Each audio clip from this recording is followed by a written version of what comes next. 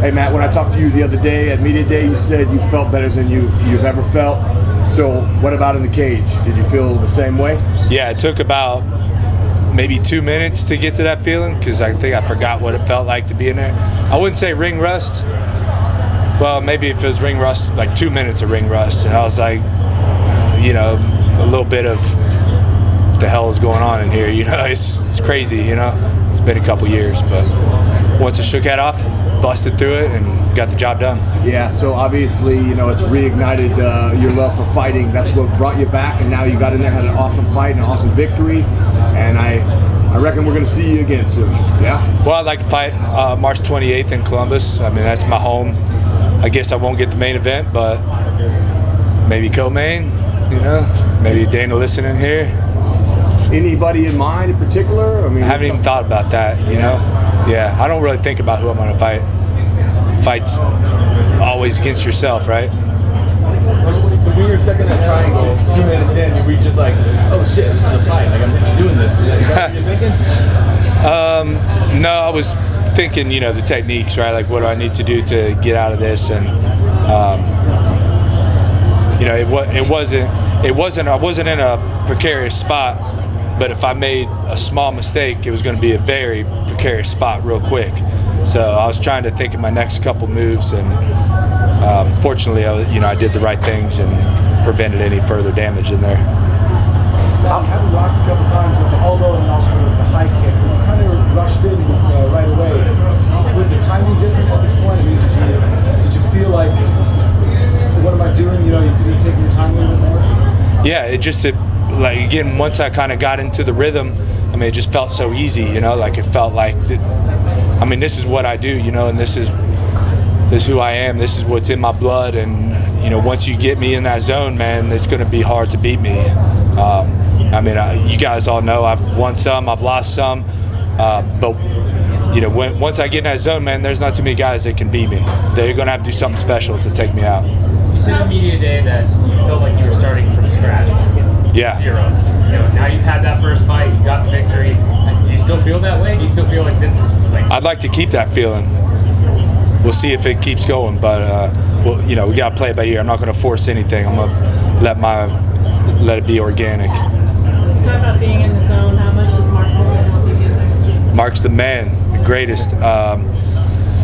And that's just when you talk about that, that's not just during the fight, but every day in practice. He brings that energy into the room that gets you motivated and gets you fired up, and that's what it's all about, is that daily grind.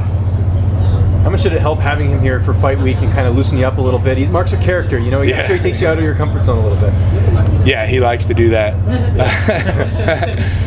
He keeps it fun, right? And, I'm a pretty serious guy, probably not as much of a sense of humor as I should have sometimes, I guess, but that's why I love having a guy like him around. Keep it a little lighthearted and keep things fun, but also extreme focus, and he understands the grind. Being off for 2 years, how did this fight week compare to maybe ones in the past? Have you noticed anything different just with the whole experience of leading up to this fight? Well, for me personally, I was just much happier. I've really put a lot of emphasis on trying to inspire my kids and be a role model for them, and students in my gym, the kids in my gym, things like that. And part of that is not walking around always with a chip on your shoulder. Even though you got to have some of that, you got to have some swag and stuff. But I also got to show them you can be happy on Sunday whether you win or lose, and that you can get through anything. And I got to keep. And it helped for myself too, just stay more relaxed and look, be happy, man. Enjoy this. Like, you're on the biggest stage, doing the craziest shit that you could think to do. Next to like going to war or something, right? Like, that we know fighters are fighting injury multiple times. How important was having 2 years off, and what injuries did you have that you healed up from? Mentally was the injury that I had to heal from. The physical injuries aren't shit. They happen to all of us all the time. I was injured coming into this fight. I'm injured now. I'll be injured for the next one.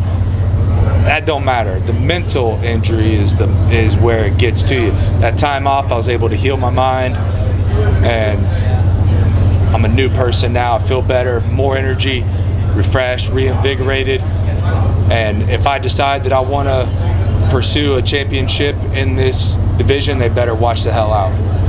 I don't know if it's what I want to pursue with my life right now.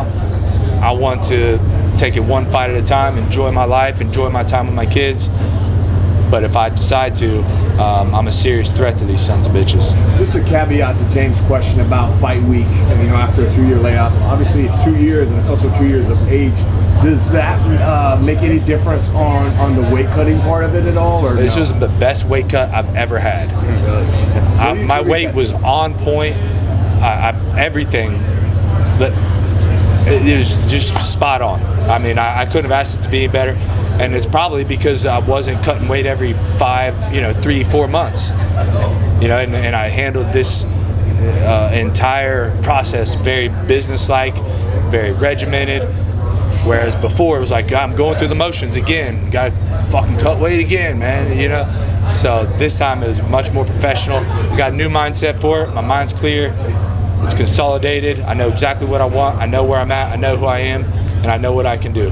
Just one more from me. I remember when you first went to Colorado, we talked, and one of the things about your move out there was that you just had a gym with a ton of talent in it. It was kind of one of the reasons that led you there. But now that you're back, what's changed back home? Do you have high-level guys more so than you did before? We have less high-level guys, and ultimately I think it's more of a hindrance than a help. That wasn't what I needed. I didn't need all the high-level guys. I didn't need to go to war every day and have egos and fighting amongst one another. What I needed was in here. So I came back home, fixed in here, and fought better. What was it specifically you said, healing the mind? What happened during those 2 years? Long story.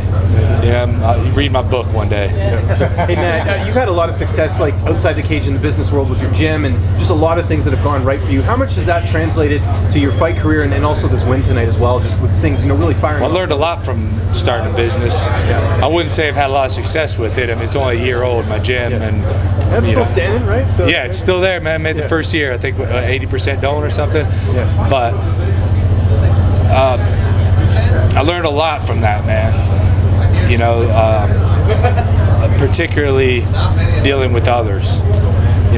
Learning how to say no, pushing away the unessentials, taking in what's necessary, getting rid of the rest, clear mind, clear heart, clear soul, clear fight. You made that walk a ton of times, but was there a moment in that walk going out tonight that you sort of embraced the fact that there you are again, walking out to the cage again? Yeah. I was trying to embrace the whole thing. But it's scary shit, though. It's hard to embrace, It's like if you're skydiving, you're like, should I embrace this? It's crazy, man. It's a crazy, crazy sport we do. I don't know what the hell makes us go out there and do it, but I hope that people can do great things, see what I do, and it can help them to do great things. What made you wake up one morning and go, I'm getting back to the grind, I'm going to do it one more time? Yeah, that was, it certainly wasn't a one morning thing. I think I realized how good I really was. With that time off, I tore my ACL too, and that was time off, like real time off, not in the gym, not rolling around, not hitting pads. And then I got back to it, and I'm teaching other people and helping in the gym. And I realized, dude, I know what the hell I'm doing. I'm pretty good at this. This is what I'm made to do. I got to go do it. I got the opportunity to go do it on this stage. Did you reach out to Dana, or did somebody? Or Sean Shelby, yeah. So when you were talking, how has coaching made you a better fighter? Well, that's part of consolidating, right? Coaching most of the time, the vast majority of the time, especially with a young gym like mine, we're not coaching UFC fighters, world-class athletes right now. So you're getting all the way back to those basics, and again, that's what I think I really did in preparation for this fight and in life in general. Just get back to the basics, get back to who you are, and you can't never make those good enough. I'm sure it's the same in your guys' career, right? The fundamental basics is what makes the greats, not the garbage, over here. When you make the decision if you're back and that you want more, because perhaps I heard it wrong, you made it sound like if you decide to come back and that the division, you stick with the division, When are you gonna know if you're back and if you're gonna want some? Well, I think what I was saying there is like if I decide I want to make a run and I want to threaten the top guys. But you are back and you want more. Yeah, I'll fight more for sure. But you know, there's different paths, different careers, and different junctures, and you know, some people are fighting just for a paycheck, or some people are fighting just to have another fight or retirement fight. You know, a lot of different things. Not everybody's fighting, you know, to get to a title fight or whatever. And, I'm just saying, if I decide to do that, I will threaten all these guys. There's no doubt in my mind. I have it in me to do it. But you know, that's a different lifestyle than fighting because you enjoy it too. How does Matt Brown of almost 2020 compare with Matt Brown of 2010? Well, in 2010, I hated everybody, everyone, and I was angry all the time. I had a chip on my shoulder. I wanted to fuck up everybody I seen, and I trained like I was a freaking madman. So I'm not that guy no more. Now I'm much happier, you know, in a much better place in my life. Not that that was even a bad place. I'm glad to have went through that phase. But I got kids, you know, and you know, I don't want my kids walking around, you know, being me, being who I was. So. That'd be exhausting. I don't think you'd be that angry. Yeah, I had a lot of energy. Yeah, I mean, I'm sure you guys seen it. If any media guys were around back then. Yeah, I felt it. Yeah, like I had a hard time, you know, putting sentences together. You know, I'm just like, dude, like I'm ready to fuck someone up, man. You know, like I don't be talking to you. You know, but that also, you know, it got me to where I was at. And now I use that energy specifically now. I still have that same energy. I still got a lot of, you know, anger and rage and stuff, but I use it positively. Channel it. It's exactly the right word for it. Channel it the right direction towards the right things, and again, you know, kids change everyone, and maybe they soften me up a little bit. I don't know. The grappling also, I think, is better grappling now. Way better grappler. My coach over there, Cameron, changed my life, man. Much better. If he wasn't here, I wouldn't have you know, won this fight tonight. I'll just put this out in the universe. I would like to see you against the winner of this fight that's happening right now. That's Jeff Neal, Mike Perry, because there will be violence. I can see that. Yeah, we'll see what happens. I'll fight anyone, though. I mean, I don't. You can ask Sean Shelby. Like, I don't ask for names. I tell him, you don't even have to tell me the name. Just send me the date. I don't care.